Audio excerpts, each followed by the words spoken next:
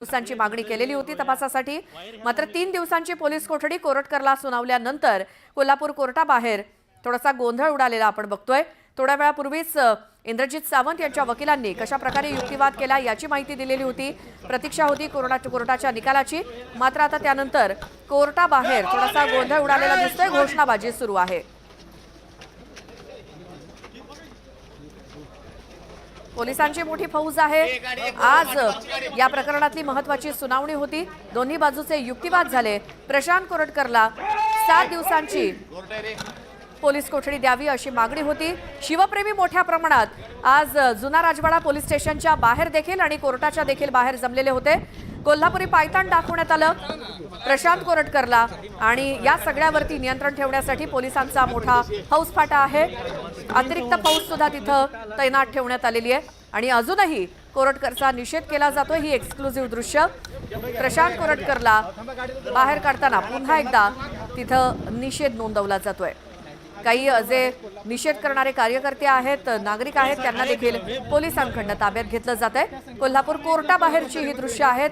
थोड्या वेळापूर्वी आपण सकाळपासून ज्या वेळेला तेलंगणातनं प्रशांत कोरटकरला कोल्हापूरमध्ये आणण्यात आलेलं होतं, जुना राजवाडा पोलीस स्टेशनमध्ये त्याला आणलेलं होतं, त्यावेळी सुद्धा अनेक शिवप्रेमी तिथे जमलेले होते आणि त्यांनी देखील घोषणाबाजी केली होती। आणि आता कोल्हापूर कोर्टाबाहेरची ही दृश्य आमचे प्रतिनिधी सचिन जाधव आपल्या सोबत आहेत। सचिन, काय सुरू आहे कोल्हापूर कोर्टाबाहेर?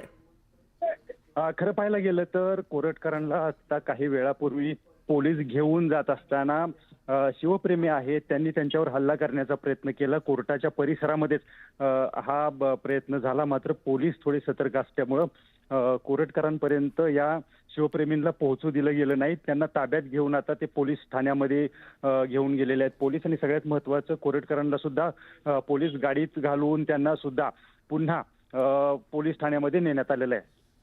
बरं, सचिन, आपल्याला हे 2 व्यक्ती दिसत आहेत, काळ्या रंगाचा शर्ट आणि आणखी एक व्यक्ती, त्यांनी कदाचित हल्ला करण्याचा प्रयत्न केला। कोण आहेत ते आणि त्यांच्याबद्दल काय माहिती कळली आहे का? अगदी हे शिवप्रेमी आहेत, यांनीच हल्ला करण्याचा प्रयत्न केला होता। आणि मी मगाशी सांगितल्याप्रमाणे कोल्हापुरातले शिवप्रेमी असतील किंवा शिवप्रेमी संघटना असतील, या प्रचंड आक्रमक झाल्याचे चित्र या ठिकाणी सकाळपासूनच पाहायला मिळतंय।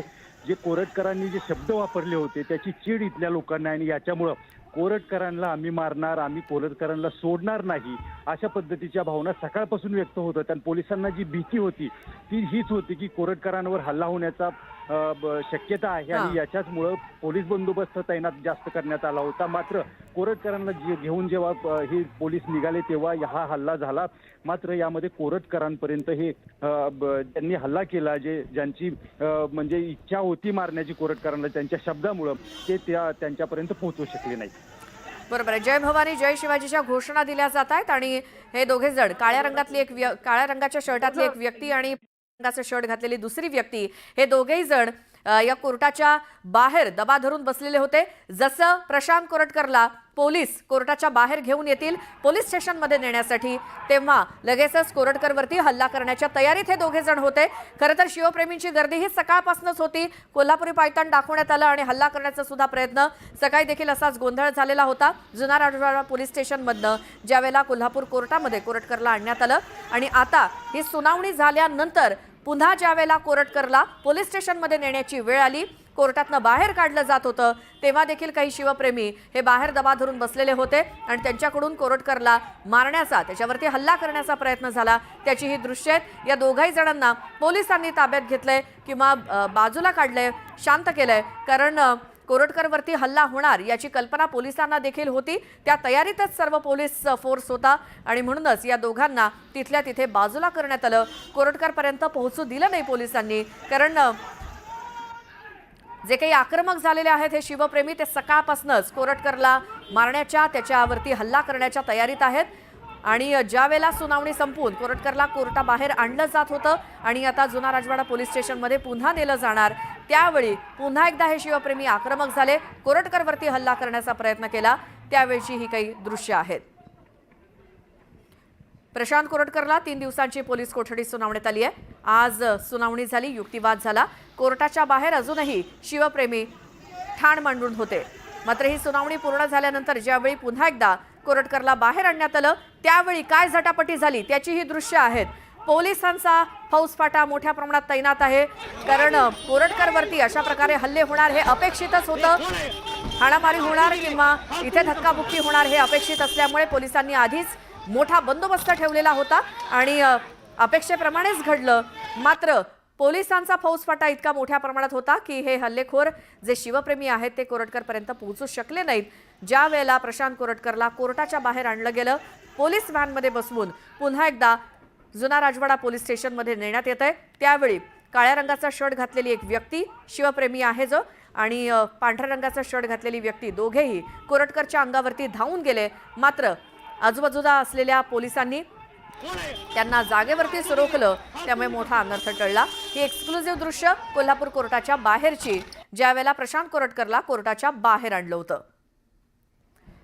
जय भवानी जय शिवाजीच्या घोषणा देत आहेत हे शिवप्रेमी, आणि कोरटकर विरोधात घोषणाबाजी सुद्धा या शिवप्रेमींकडनं पुन्हा एकदा करण्यात आली. आमचे प्रतिनिधी सचिन जाधव हे कोल्हापूर कोर्टाच्या परिसरातच आहेत.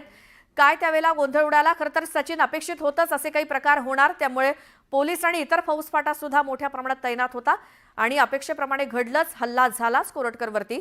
काय सविस्तर सांगाल?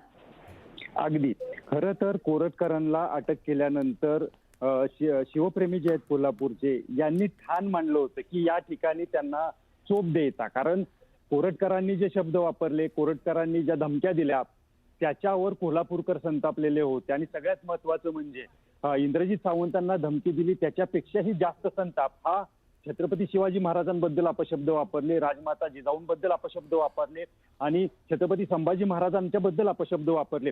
याच्यामुळे कुठेतरी कोल्हापूरकर जास्त संतापलेले होते आणि असे वाचाळवीर पुन्हा बडबडतील असं पुन्हा होऊ नये, लोकांना लक्षात यावं की जर असे अपशब्द वापरले तर काय होतं. याच्यासाठी खरं तर सकाळपासून अनेक शिवप्रेमी संघटना, अनेक शिवप्रेमी या ठिकाणी आलेले होते आणि बऱ्याच ठिकाणी दबा धरून बसल्याचं चित्र आपल्याला पाहायला मिळालं. पोलिसांना गुंगारा देत काही शिवप्रेमी या कोर्टाच्या परिसरामध्ये पोहोचले. जेव्हा कोरटकरांना घेऊन पोलीस निघाले होते याच वेळी बरोबर हा हल्ला झाला. चप्पल सुद्धा फेकून मारण्यात आली.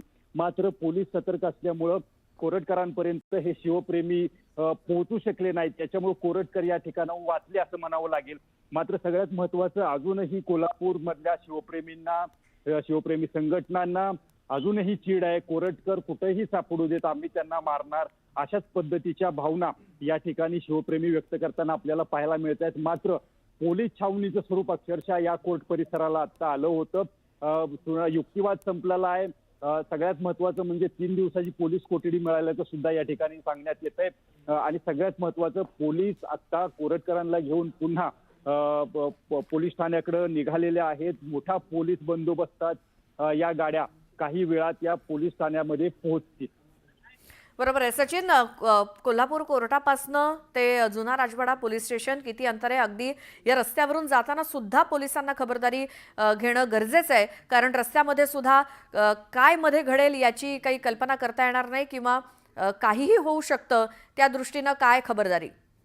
अगदी खरं, हे एकदम खरं आहे. याचं कारण म्हणजे गजबजलेला हा परिसर आहे आणि जेव्हा या गाड्या या रस्त्यावरून जातील तेव्हा अनेक लोक सांगता येत नाही पोलिसांना की नक्की काय ते त्यांची प्रतिक्रिया असेल. याच्यामुळे खूप मोठा पोलीस बंदोबस्त या ठिकाणी आहे. पोलीस बंदोबस्तामध्ये कोरटकरांना या गाड्या घेऊन पुन्हा पोलीस ठाण्याच्या दिशेनं निघाल्याचं चित्र आपल्याला एकूणच पाहायला मिळते.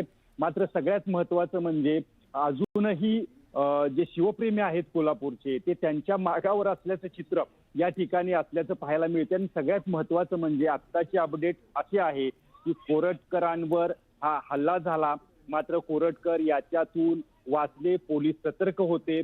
चप्पल फेकून मारण्यात आली, ही सुद्धा चप्पल त्यांच्यापर्यंत पोहोचली.